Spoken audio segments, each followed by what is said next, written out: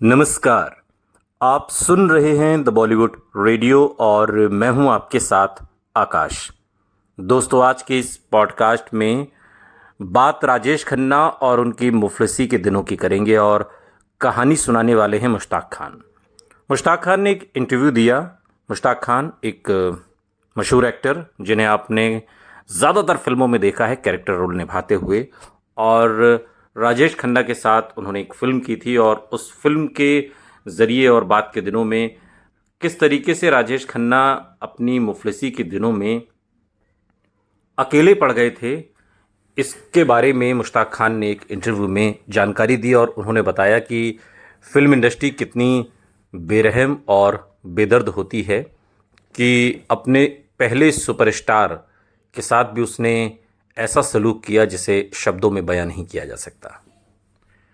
अब बॉलीवुड के पहले सुपरस्टार कहे जाने वाले राजेश खन्ना चूंकि हमारे बीच नहीं हैं, लेकिन उनके किस्से कहानियां युगों युगों तक सुनाई जाती रहेंगी। और जब कभी इंडियन सिनेमा का इतिहास कभी भी लिखा जाएगा तो वो बिना राजेश खन्ना के हमेशा अधूरा रहेगा, क्योंकि राजेश खन्ना भारतीय फिल्म इंडस्ट्री के पहले सुपरस्टार हैं जिन्होंने एक ऐसा मील का पत्थर बनाया है, क्रिएट किया है, जिसे आज तक कोई पार नहीं कर पाया। 15 back to back super duper hit फिल्में। उन्हें अब इस दुनिया से गए कई साल हो गए हैं, हालांकि वो अपनी एक्टिंग और फिल्मों की वजह से आज भी फैंस के दिलों पर राज करते हैं। आज भी उनके चाहने वाले उनकी फिल्में देखते हैं, उनके किस्से कहानियों को सुनते हैं और उनके मशहूर गानों को सुनकर अपना दिल बहलाते हैं। हालांकि उनके चाहने वालों को ये जानकर काफ़ी दुख होगा कि राजेश खन्ना का आखिरी पल काफ़ी दर्द भरा था। उनके आखिरी पलों में उनके साथ कोई नहीं था और इस बारे में उनके साथ काम कर चुके एक्टर मुश्ताक खान ने खुद एक इंटरव्यू में इस बात का खुलासा किया। मुश्ताक खान फिल्मों में छोटी छोटी और सहायक भूमिकाएं निभाने के लिए बहुत मशहूर हैं और उन्होंने राजेश खन्ना, अमिताभ बच्चन से लेकर शाहरुख खान, आमिर खान, सलमान खान, अजय देवगन, अक्षय कुमार, सनी देओल जैसे तमाम अभिनेताओं के साथ काम किया है। और आखिरी बार उन्हें सनी देओल के साथ गदर 2 में देखा गया। एक डिजिटल कमेंट्री के एक इंटरव्यू में बात करते हुए मुश्ताक खान ने अपने करियर को लेकर तमाम बातें की और इसके साथ ही उन्होंने राजेश खन्ना संग स्क्रीन स्पेस शेयर करने और उनके आखिरी दिनों को याद किया। और इस इंटरव्यू में मुश्ताक खान ने बताया कि फिल्म थोड़ी सी बेवफाई की शूटिंग के दिनों को उन्होंने याद किया और किस तरीके से ये फिल्म बन रही थी और सभी किस तरीके से थे, और राजेश खन्ना का जो डाउनफॉल था उसको उन्होंने बड़े करीब से देखा। और इस बातचीत में मुश्ताक खान ने फिल्म थोड़ी सी बेवफाई की शूटिंग के दिनों को याद करते हुए कहा कि ये फिल्म 1980 में रिलीज हुई थी। फिल्म का निर्देशन इस्माइल शौफ ने किया था और फिल्म में राजेश खन्ना, शबाना आजमी और पद्मिनी कोल्हापुरी लीड रोल में थे। फिल्म में मुश्ताक खान ने भी काम किया था और थोड़ी सी बेवफाई की शूटिंग के दिनों को याद करते हुए मुश्ताक खान ने कहा, मैंने राजेश खन्ना के साथ उनके स्टारडम के शिखर पर काम किया और आप विश्वास नहीं कर सकते कि ये पल कैसा था मेरे लिए। मैं मन ही मन ये सोच रहा था और सोचकर काफ़ी खुश था कि मैं राजेश खन्ना के साथ काम कर रहा हूं। The great Rajesh Khanna, Indian cinema का पहला सुपरस्टार। थोड़ी सी बेवफाई फिल्म में मुश्ताक ने पहली बार राजेश खन्ना के साथ काम किया और इस फिल्म के बाद साल 2010 में रिलीज हुई फिल्म दो दिलों के खेल में एक बार फिर से मुश्ताक को राजेश खन्ना के साथ काम करने का मौका मिला। अब आप दो अलग अलग कालखंड में समझने की कोशिश करिए राजेश खन्ना के स्टारडम को।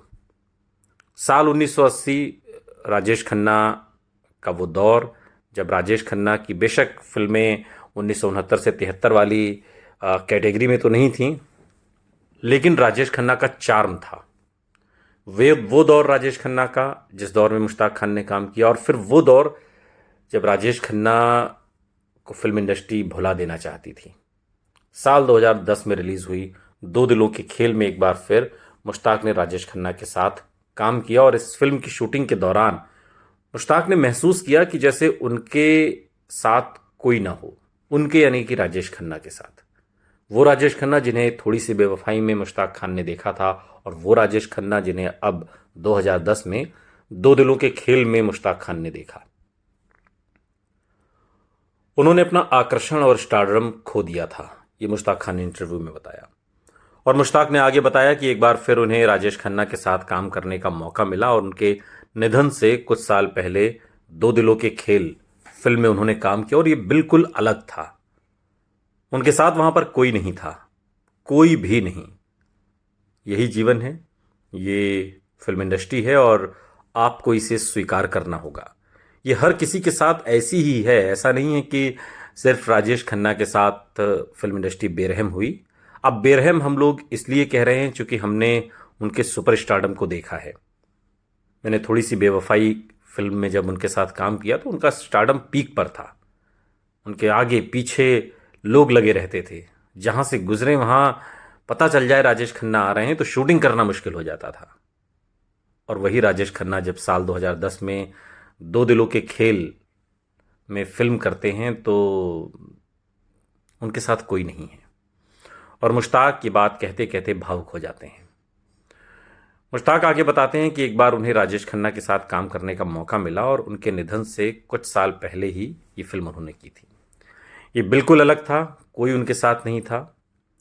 और आपको बता दें कि राजेश खन्ना ने साल 1973 में डिम्पल कपाड़िया से जब शादी की, और शादी के बाद उनका करियर का डाउनफॉल एक तरीके से शुरू हो गया। और काफ़ी लोगों ने ये कहा, उस दौर के मीडिया क्रिटिक्स ने, कि राजेश खन्ना खुद को ढाल नहीं पाए, और अगर वो खुद को ढाल पाते तो शायद वैसी तस्वीर पेश ना होती जैसी बात के दिनों में हुई। लेकिन थोड़ी सी बेवफाई, जो कि साल 1980 में रिलीज़ हुई थी, और हिंदी भाषा की फिल्म जिसका लेखन और निर्देशन स्माइल श्रॉफ ने किया, और फिल्म में राजेश खन्ना, शबाना आज़मी और पद्मिनी कोल्हापुरे हैं, और संगीत खयाम का है। और इसकी कहानी थोड़ा सा अलग थी, थोड़ी सी बेवफाई की। इसके गीत बहुत मशहूर हुए। अरुण यानी कि राजेश खन्ना और नीमा यानी कि शबाना आज़मी एक दूसरे से मिलते हैं, और दोनों एक दूसरे से प्यार करने लगते हैं। वो दोनों अपने परिवार की अनुमति लेकर शादी कर लेते हैं, और जल्दी ही उनका एक बेटा होता है जिसका नाम अभिनंदन रखते हैं। एक दिन अरुण को नीमा का भाई महेंद्र किसी लड़की के साथ देख लेता है। वो नीमा को ये बात ऐसे बताता है जैसे अरुण का उस लड़की के साथ कोई चक्कर चल रहा है। नीमा अपना सारा सामान बैग में पैक करती है और अपने बेटे के साथ अपने मायके चली जाती है। वो इस जानकारी के सही या गलत होने के बारे में पूछती तक नहीं। नीमा इस मामले को लेकर अदालत चली जाती है और अपने बच्चे की कस्टडी ले लेती है, और इससे अरुण को पूरे सप्ताह भर में बस एक ही दिन मिलने का समय तय होता है। उसे हर रविवार को शाम 4 बजे सिर्फ कुछ मिनट के लिए मिलने की अनुमति होती है।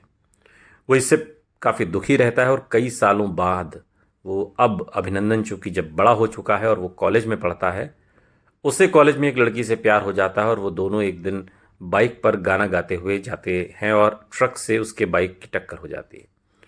उन्हें अस्पताल में भर्ती कराया जाता है, और वहीं पर अरुण और नीमा की फिर से मुलाकात होती है। अभिनंदन का ऑपरेशन सफल रहता है। नीमा अपनी गलती मान लेती है कि उसने शक के कारण बिना सच्चाई जाने इतना बड़ा फैसला ले लिया, और अभिनंदन अपने माता पिता को फिर से एक होने के बारे में पूछता है, और इसके बाद सारा परिवार एक हो जाता है। ये इस पूरी फिल्म की कहानी है, उसका लबोलुआब है। थोड़ी सी बेवफाई के गाने बहुत मशहूर हुए। किशोर कुमार और लता मंगेशकर का गाया आंखों में हमने आपके सपने सजाए हैं, या फिर किशोर और लता मंगेशकर का गाया हजार राहें मुड़ के देखी कहीं से कोई सदा ना आई, या फिर अनवर हुसैन और सुलक्षणा पंडित का मौसम मौसम लवली मौसम, या फिर भूपेंद्र सिंह का गाया आज बिछड़े हैं, या आशा भोसले का बरसे फुहार कांच की बूंदें, या सुलक्षणा पंडित और जगजीत कौर का सुनो ना भाभी। ये इस फिल्म के गीत हैं जो काफ़ी मशहूर हुए।